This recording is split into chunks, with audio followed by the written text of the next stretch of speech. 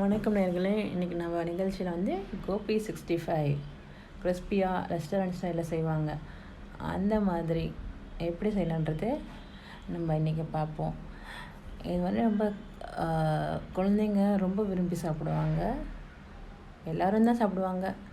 பார்க்கலாம் எப்படின்னு. இஞ்சி பூண்டு விழுது, கார்ன்ஃப்ளவர் 1½ ஸ்பூன்,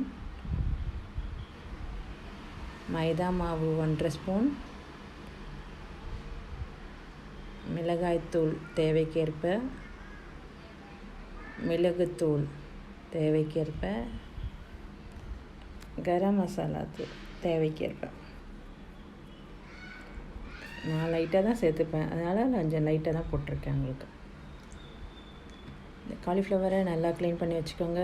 இந்த சுடு தண்ணியில் போட்டு ஒரு 5 நிமிஷம் வச்சுருங்க. நல்லா கொதிக்கிற தண்ணியில் உப்பு மஞ்சள் போட்டு க்ளீன் பண்ணி வச்சுருங்க.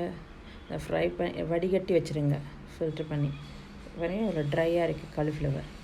இதில் வந்து இஞ்சி பூண்டு போட்டிருக்கேன்.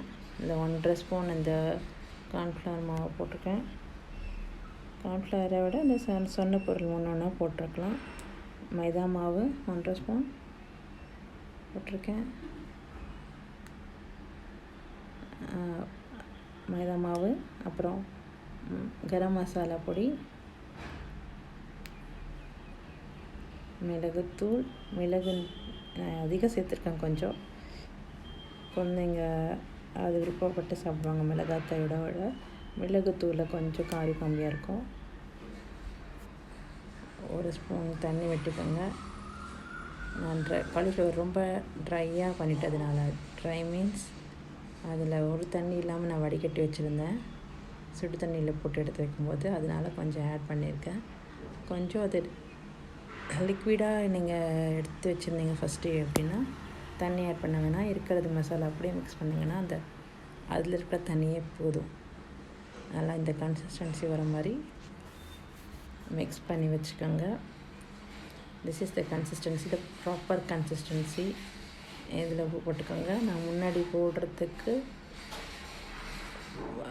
மறந்துட்டேன். தட் அதில் ஏற்கனவே காலிஃப்ளவரில் போட்டிருக்கேன். இருந்தாலும் வேக வைக்கும்போது போட்டிருக்கேன் காலிஃப்ளவரை.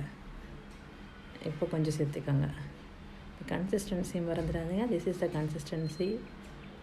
இது வந்ததுனா தான் உங்களுக்கு கிறிஸ்பியாக வரும். இப்போ எண்ணெய் பேனில் வச்சுக்கோங்க. சூடானோன்னு இந்த காலிஃப்ளவரை மேரினேட் பண்ணி வச்சுங்க. ஆஃப்டர் 20 மினிட்ஸ் ஃப்ரை பண்ணி எடுத்துருங்க. ஒன்றோடு ஒன்று ஒட்டாமல் இருக்குது. ஏன்னா நம்ம இந்த கன்சிஸ்டன்சியை ஃபாலோ பண்ணியிருக்கோம். அதனால் ஒன்றோடு ஒன்று ஒட்டாமல் இருக்குது. அப்படியே இது ஒன்று அனுச்சுன்னா கூட நீங்கள் பிரித்து விட்டுருங்க. அந்த மசாலாவும் காலிஃப்ளவரும் பிரியாமல் இருக்குது. அதான் பாருங்கள். இப்போ திருப்பி போட்டு வேக வச்சுக்கோங்க. சேர்ந்துச்சுன்னா பிரித்து விட்டு ஃப்ரை பண்ணுங்க. நல்லா ஃப்ரை ஆகிடுச்சு. Golden brown. எந்த ஃப்ரைக்குனாலும் அதுதான் நம்மளோட, எந்த ஃப்ரை செஞ்சாலும் அதுதான் நம்மளோட formula. That is golden brown. அதில் வரணும். அது வந்ததுக்கப்புறம் இதை ஃபில்ட்ரு பண்ணிடுங்க. நல்லா எண்ணெய் இல்லாமல் ஃபில்ட்ரு பண்ணிங்கன்னா உங்களுக்கு சாப்பிட்றதுக்கு வந்து திகட்டாமல் இருக்கும். ஃபில்ட்ரு பண்ணியாச்சு. இப்போ நம்ம இந்த பிளேட்டில் ஷிஃப்ட் பண்ணிவிடுங்க. சரிங்களா? இந்த தனியாக வேறு இருக்குது. ஒன்று ஒட்டாமல் தனியாக இருக்குது. சர்விங் பிளேட்டுக்கு மாற்றிடலாம். அந்த கார்னிஷிங்காக அந்த கறி லீஃபை வந்து அந்த எண்ணெயிலே போட்டு பொரித்து அதில் மேரினேட் கார்னிஷ் பண்ணியிருக்கேன். இது நீங்கள் ஃப்ரைட் ரைஸ், அப்புறம் வெஜிடபிள் பிரியாணி, சாம்பார் சாதம், தயிர் சாதம், லெமன் ரைஸ், எதுக்கு வேணால் சைடிஷாக வச்சுக்கலாம். ஈவினிங் ஸ்நாக்ஸாக வச்சுக்கலாம். உங்கள் கிட்ஸோட லன்ச்சு ஸ்நாக்ஸாக கூட வச்சுக்கலாம். ட்ரை பண்ணி பாருங்கள். உங்களுக்கு பிடிச்சிருந்ததுன்னா எங்களுக்கு கமெண்ட் பாக்ஸில் கமெண்ட் பண்ணுங்கள், ஷேர் பண்ணுங்கள், லைக் பண்ணுங்கள், சப்ஸ்கிரைப் பண்ணுங்கள் ஃபார் மோர் ரெசிபீஸ். தேங்க்யூ.